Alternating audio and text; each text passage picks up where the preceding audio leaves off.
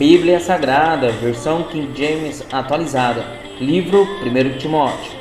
Paulo, apóstolo de Cristo Jesus, por ordem de Deus, nosso Salvador, e de Cristo Jesus, a nossa esperança. A Timóteo, meu verdadeiro filho na fé, graça, misericórdia e paz da parte de Deus Pai e de Cristo Jesus, nosso Senhor. Cuidado com os falsos mestres.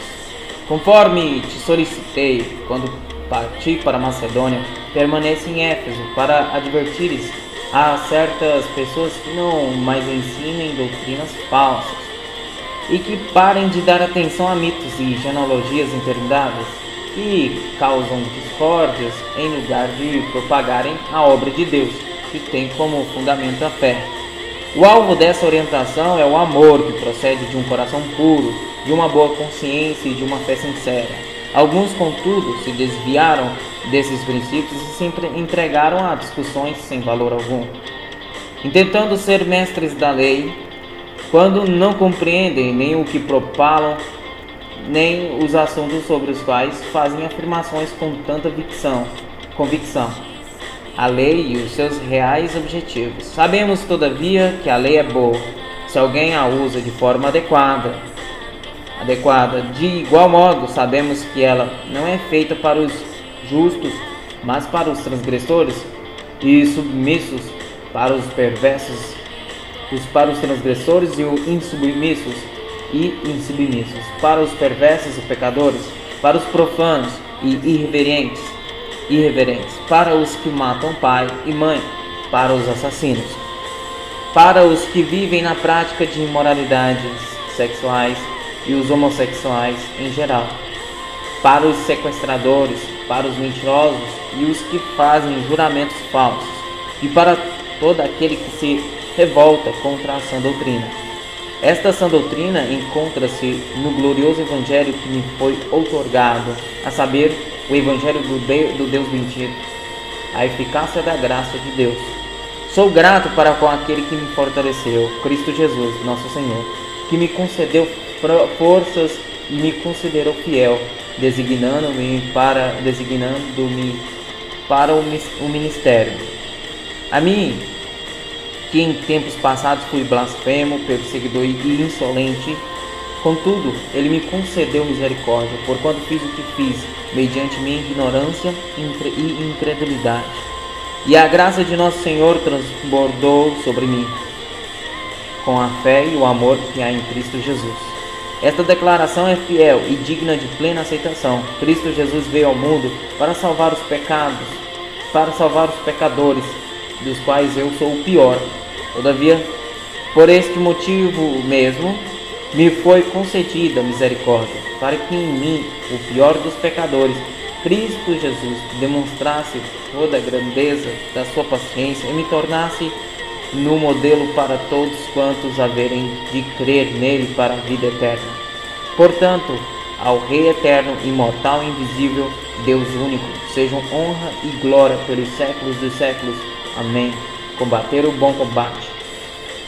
Timóteo, meu filho, dirijo essa orientação a ti, levando em consideração o que as profecias anunciaram a teu respeito.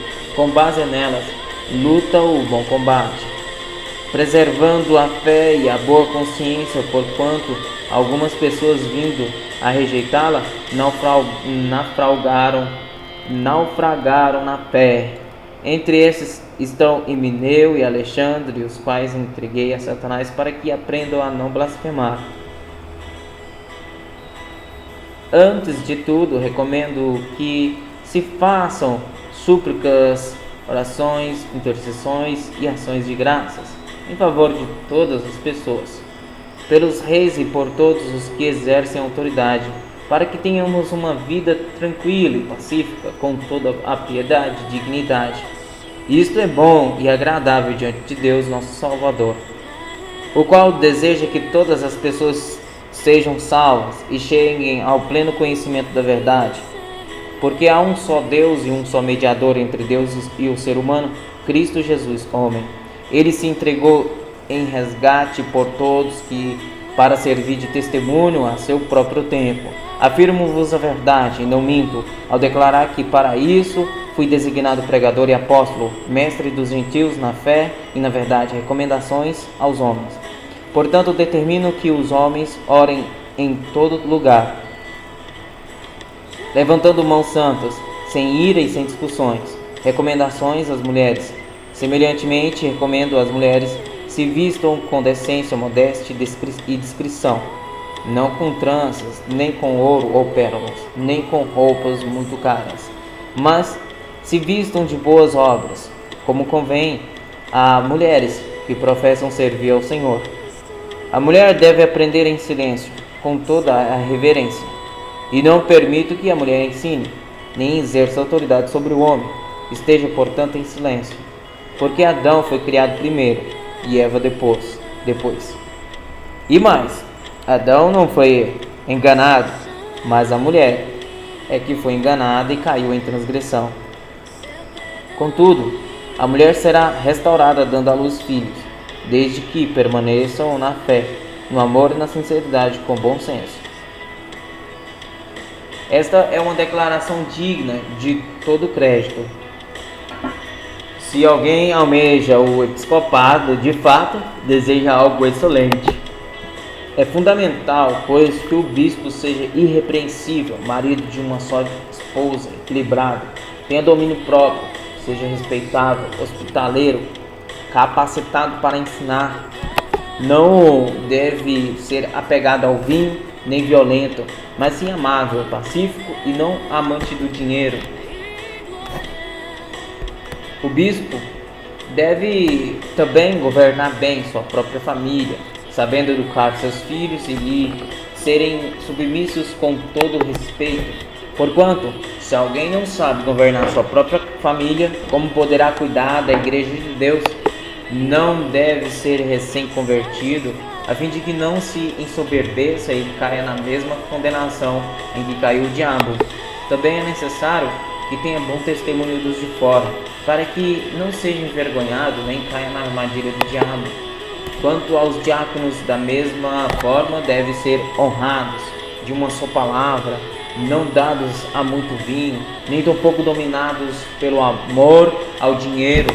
Deve permanecer no ministério da fé com consciência pura. Devem também, antes de tudo, passar por experiência. Depois, se não houver nada que os desabonem, que exerçam o diaconato. As mulheres, da mesma maneira, devem ser respeitáveis, não caluniadoras, moderadas e fiéis em tudo. Os diáconos devem ser maridos de uma só esposa e governar bem os filhos e a própria casa, pois todos aqueles que servirem bem como diáconos alcançarão uma posição de honra e muita intrepidez na fé que há em Cristo Jesus, ainda que alimente a esperança de ver-te em breve. Escrevo-te estas orientações. Contudo, se eu demorar, fique ciente de como as pessoas devem comportar-se na casa de Deus, que é a igreja do Deus vivo, coluna e fundamento da verdade. Sem dúvida, grande é esse mistério da fé. Deus foi manifestado em carne, foi justificado no Espírito, contemplado pelos anjos, pregado entre as nações, crido no mundo e recebido acima na glória. O Espírito Santo afirma expressamente que, nos últimos tempos, alguns se desviarão da fé e darão ouvidos a espíritos enganadores e à doutrina de demônios, sob a influência da hipocrisia de pessoas mentirosas, que têm a consciência cauterizada. São líderes que proíbem o casamento e ordenam a abstinência de alimentos que Deus criou para serem recebidos com ações de graças pelos que são fiéis e estão bem firmados na verdade. Pois tudo o que Deus criou é bom e nada deve ser rejeitado, se puder ser recebido com ações de graças.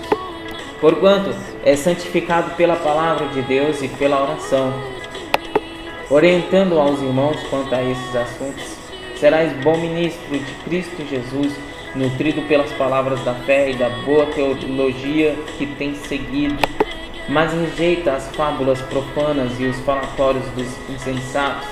Exercita-te, porém, na piedade. O exercício físico de fato é de algum valor, no entanto, a piedade para tudo é proveitosa, porquanto traz consigo a promessa da vida presente e futura. Esta palavra é uma afirmação digna de todo crédito e plena aceitação, pois é justamente para isso que trabalhamos e lutamos, porquanto temos depositado nossa esperança ao Deus vivo, o Salvador de todos os homens, especialmente dos que creem. Ordena, pois, e transmite esses ensinos. Ninguém menospreze o fato de seres jovem, mas procura seres exemplo para os fiéis, na palavra, no comportamento, no amor, na fé e na pureza. Enquanto aguardas a minha chegada, aplica-te à leitura, à exortação e ao ensino. Não deixes de desenvolver o dom que há em ti, que te foi outorgado por mensagens proféticas, com imposição de mãos por parte dos presbíteros.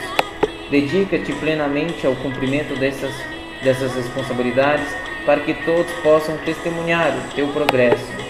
Tem cuidado de ti mesmo e do teu ensino. Persevera nesses deveres, pois agindo assim salvarás tanto a tua própria vida quanto a todos que te derem ouvidos. Não repreendais o idoso com aspereza, mas admoestando-o como a um pai, bem como aos jovens, como a irmãos, as mulheres idosas como a mães, as jovens como a irmãs, com toda pureza. Tratai com toda atenção as viúvas que de fato são necessitadas de ajuda. Todavia, se alguma viúva tiver filhos ou netos, que estes aprendam primeiramente a colocar a sua religião em prática, zelando por sua própria família e retribuindo os bens recebidos de seus pais, avós, pois isso é agradável diante de Deus. A viúva realmente necessitada e sem amparo espera em Deus e persevera noite e dia em suas orações e súplicas. No entanto, a que somente busca prazeres, embora esteja viva, na realidade está morta. Ordena esses procedimentos para que elas sejam irrepreensíveis. Contudo, se alguém não cuida dos seus, especialmente dos de sua própria família, esse tem negado a fé e se tornou pior que um descrente. Portanto, deve ser inscrita na relação das viúvas apenas aquela que contar com mais de 60 anos e que tenha sido esposa de um só marido, cujas boas obras possam lhe servir de bom testemunho, tais como se criou filhos,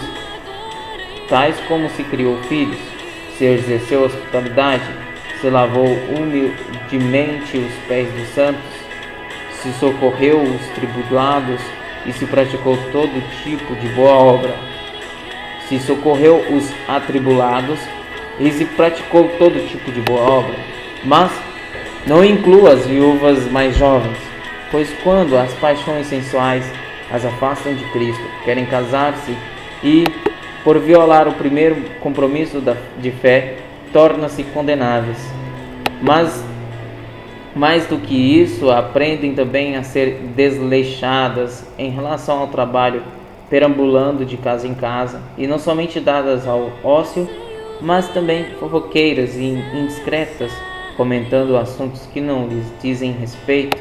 Sendo assim, aconselho que as viúvas mais jovens se casem, tenham filhos, administrem suas próprias casas e não deem ao inimigo nenhum pretexto para maledicência.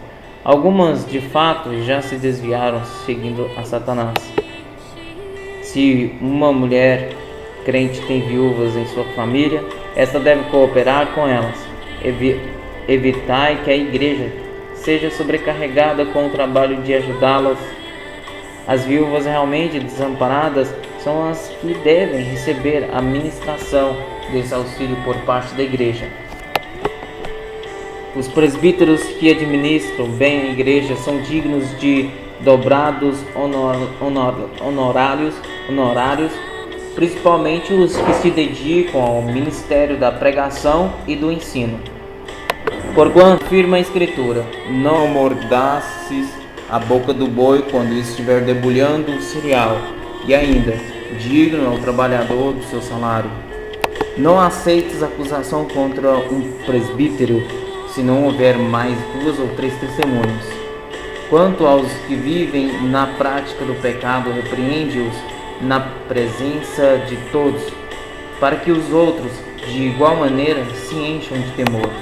Eu te exorto solenemente diante de Deus, de Cristo Jesus e dos anjos eleitos, e que procures obedecer todas essas instruções sem parcialidade.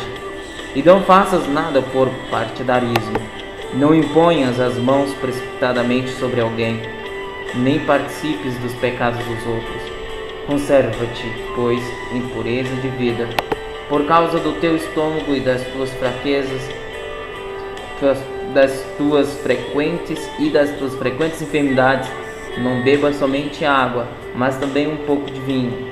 Os pecados de alguns homens aparecem antes mesmo de serem julgados. Os de outros são descobertos depois. Da mesma forma, as boas obras se tornam evidentes, enquanto as obras más não podem permanecer ocultas. Todos os servos que são escravos devem considerar seus senhores dignos de toda a honra, para que o nome de Deus e o nosso ensino não sejam blasfemados.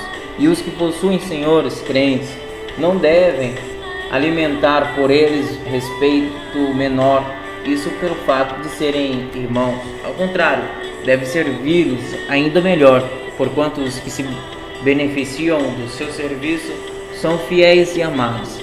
Ensina, pois, essas orientações, o perigo fatal da cobiça. Se alguém ensina falsas doutrinas e não concorda com a sã doutrina de nosso Senhor Jesus Cristo e com a teologia que é segundo a piedade, é arrogante e nada compreende. Todavia delira em questões e controvérsias acerca de palavras. Dessa atitude brotam as invejas, brigas, difamações, suspeitas malignas, batalhas constantes entre aqueles que têm a mente corrompida e que são privados da verdade, os quais imaginam que a piedade é fonte de lucro. De fato, a piedade acompanhada de alegria espiritual é grande fonte de lucro, porque ingressamos neste mundo sem absolutamente nada e ao partirmos daqui nada podemos levar. Por isso, devemos estar satisfeitos se tivermos com o que nos alimentar e vestir. No entanto, os que ambicionam ficar ricos caem em tentação, em armadilhas e em muitas vontades loucas e nocivas que atolam muitas pessoas na ruína e na completa desgraça. Porquanto o amor ao dinheiro é a raiz de todos os males, e por causa dessa cobiça alguns se desviaram da fé e se tornaram em meio a muitos sofrimentos, e se atormentaram em meio a muitos sofrimentos. Exortações aos homens de Deus. Porém tu, ó homem de Deus, foge dessas ciladas e segue a justiça, a piedade, a fé, o amor, a constância e a mansidão. Combate a boa batalha da fé, toma posse da vida eterna, para o qual foste convocado, tendo já realizado boa confissão diante de muitas testemunhas, na presença de Deus, que a tudo dá vida, e de Cristo Jesus, que perante Pôncio Pilatos fez o perfeito testemunho. Eu te exorto, guarda este mandamento imaculado e irrepreensível até a manifestação de nosso Senhor Jesus Cristo, a qual Deus fará com que se cumpra no seu devido tempo. Ele é o bendito e único soberano, o Rei dos reis e Senhor dos senhores, o único que é imortal e habita em luz inacessível, a quem ninguém viu nem pode ver. A Ele sejam honra e poder para sempre. Amém. Recomendações aos ricos. Ordena aos que são ricos no presente mundo que não sejam orgulhosos, nem depositem a esperança na incerteza das riquezas, mas em Deus, que nos concede generosamente tudo o que precisamos para viver satisfeitos. Orienta-os a praticarem o bem e que sejam ricos em boas obras, sensíveis, solidários e generosos. Dessa maneira, acumularão um valioso tesouro para si mesmos, um firme fundamento para a era que há de vir, e assim alcançarão a verdadeira vida. Pelo final e bênção apostólica. Apelo final e bênção apostólica. Timóteo, guarda o testemunho que te foi confirmado. Timóteo, guarda o testemunho que te foi confirmado, evitando as conversas inúteis e profanas, assim como as elucubrações sem fundamento, que muitos chamam de saber. Ora, alguns, professando tal conhecimento, se desviaram da fé. A graça seja convosco.